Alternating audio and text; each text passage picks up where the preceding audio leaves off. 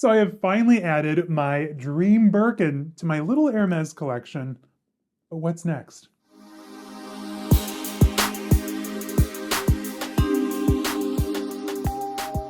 Seriously though, you guys, before we even start diving in today, make sure to mark your calendars for Saturday morning, September 23rd at 10 a.m. Central Time for the long-awaited Birkin unboxing. I feel like we've been on this silly Birkin journey. Well, we have. I wanted one since like 2004, 2005.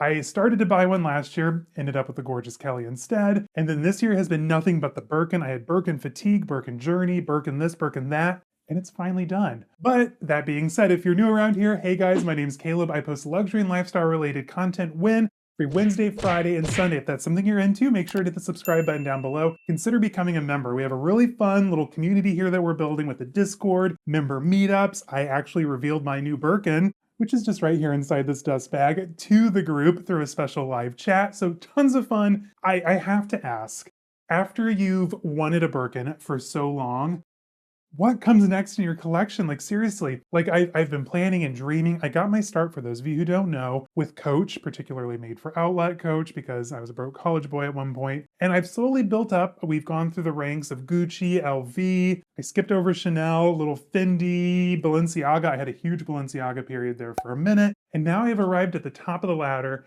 at Hermès, and I'm kind of loving it, not gonna lie. So far I have a Rio pouch, I have a Twilly, and I have my Kelly 35. And my new Birkin. Still feels weird to say, it hasn't sunk in yet. But what do I do next? Like, what in the Hermès lineup do I need to add to my collection, which is what we're gonna unpack today. I picked some beautiful models. Do I wanna link them down below? I will, but I'd rather you don't buy them. With my Hermès bags, I use my Gucci Ophidia card holder for my Rio pouch. I use my Brazza wallet for my Kelly and my Birkin. It's still just saying my Birkin and it not being like theoretical, it hasn't sunk in yet. But I want to shake it up a little bit. I want to get something maybe exotic from the House of H, or just like a good everyday wallet. And I think since I love the Brazza style so much, the Bearn wallet is my favorite. I think I tried to ask for one, but they wouldn't show it to me. But anyway, that's beside the point, not what we're discussing today. But with the Bearn wallet, it's very similar to my Brazza. You're gonna be able to open it up. It's like a long bifold wallet. You're gonna see all your cards at a glance. I think there's some pockets for like cash, coins, and euros. And it's like literally like the perfect Caleb Snell wallet. There's currently two over on Fashion File that are both within my price range, and exotic, which is low-key 100% amazing. Now this one I have had my eye on since last year. I bought my Kelly, and this has been on and off the Fashion File website. Like, it keeps getting down to 30%, and then they keep returning it. Right now it is back online, and it is at 5% off. We've started over again. But this is the Lizard Bearn wallet in the color Etrusque. Now, if you've been here on this Birkin journey, then you're gonna know that at one point, a Togo Etrusque Birkin was like peak top of my list with gold hardware. It was stunning, it was gorgeous, but I decided no. And I'm glad I did, because the Birkin I got is low-key 100% amazing. I did good for my first one. But the color Etrusque, it just has like a chokehold on me. And what I like about Hermès SLGs is that they tend to use a lot of palladium hardware for them. I'm gonna spoil it, but my Birkin and my Kelly are both palladium hardware. The Rio up there is in the gold hardware, but it's such a small amount of hardware that it doesn't really matter to me, in my opinion. So what I said, save space. To that end, that wallet is currently priced at $1135. I think I'm gonna wait another couple of months, maybe buy it for my birthday or Christmas, just see if I can get like 5 or 10% more off of that. But $1,100 for an exotic Hermès wallet, it's not that bad in my opinion. The other side of that coin, for a little bit more money, they have the shiny Alligator Bearn wallet in the color black, with which palladium hardware with the alligator skin. It is 100% gorgeous, 100% a vibe. It's just shy of 2,000 though, so again, I'm gonna wait a few months just to see if I can save some money. You know, I might have a smaller Hermès collection, but I didn't get there not being frugal, right? I just think it's a beautiful wallet, tons of cards, like I said, space for coins, space for cash. Like, what more do you need in a good wallet?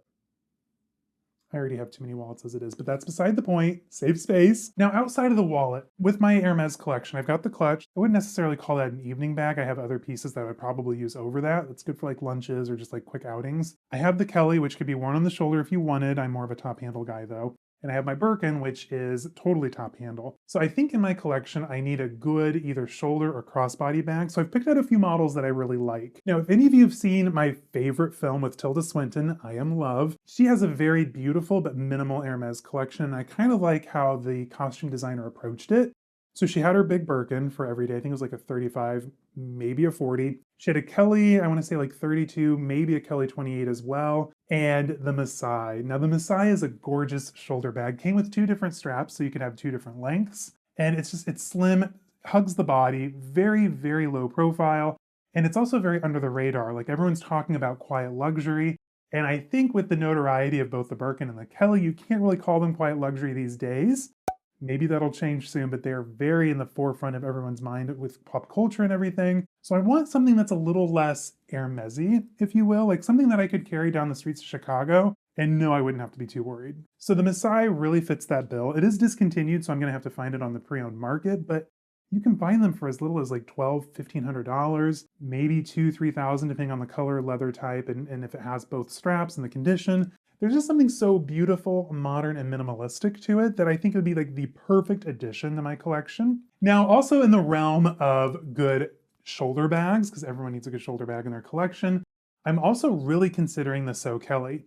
Now, granted, it has the singles across the front. It has the name Kelly in the title. So you're gonna be paying a premium for that. I think anything Hermes with singles on the front, you're just gonna pay that much more. However, it is such a classic and chic bag. So what I really like about it is it's, aside from the Kelly design notes, it's very simple. It's very, very minimal, if you will. You can throw it on the shoulder. It's a nice open bucket style, like weekend tote bag. Like I just think this would be perfect for bumming around in the city or running to the grocery store, just throwing what you need on your shoulder and hitting the open road. Not that I do that often, but if I did, I would want to have a So Kelly with me. Now, typically price range, depending again, color, leather type, year, condition, it's going to vary. But I think with the So Kelly, you could easily find it anywhere from like low to mid 3,000 USD up to about 5, maybe 6 if you found a really special one.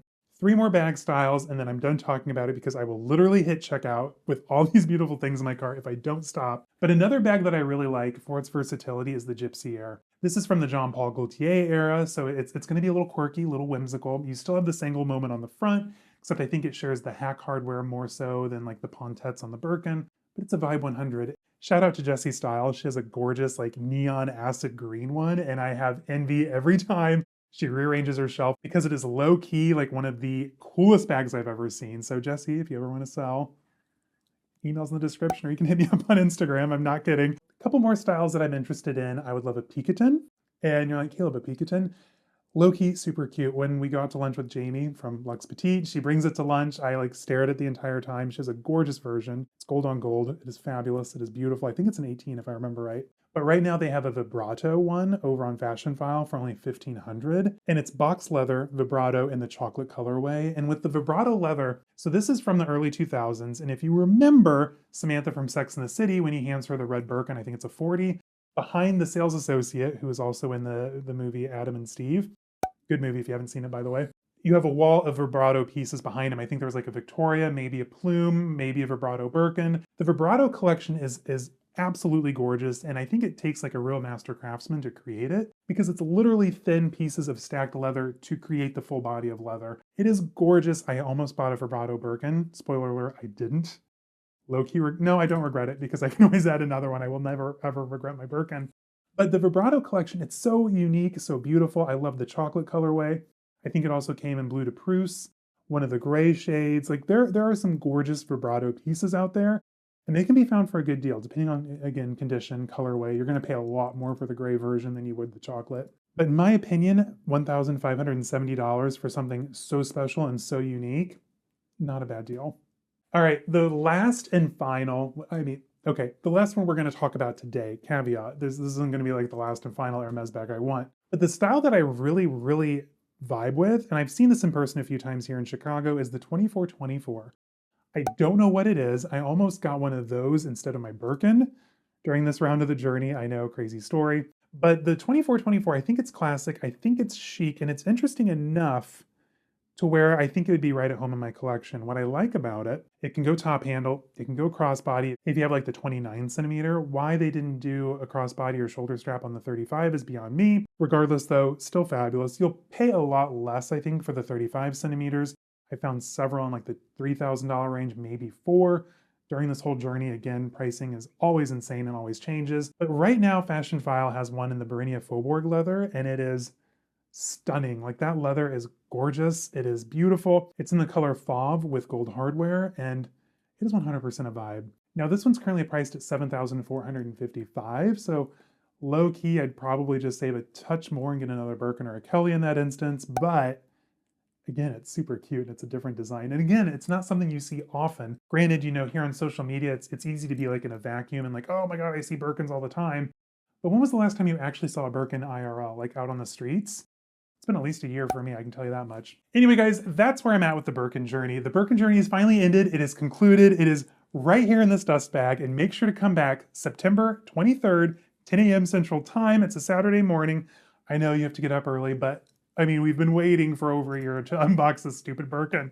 I'm so excited. Let me know down in the comments, are there any like vintage or discontinued Hermès styles that I'm missing that I should pay attention to? Let me know. Like, I'm just now starting to learn about this stuff, as Miranda Priestley would say. And it's a fascinating world. It's weird and strange compared to other brands and designers, but it's fun to learn all the eccentricities and the quirks of the brand, and I'm just here for the ride. So let me know in the comments. Until next time, guys, stay safe, have fun. I'll see you in the next one. Bye-bye.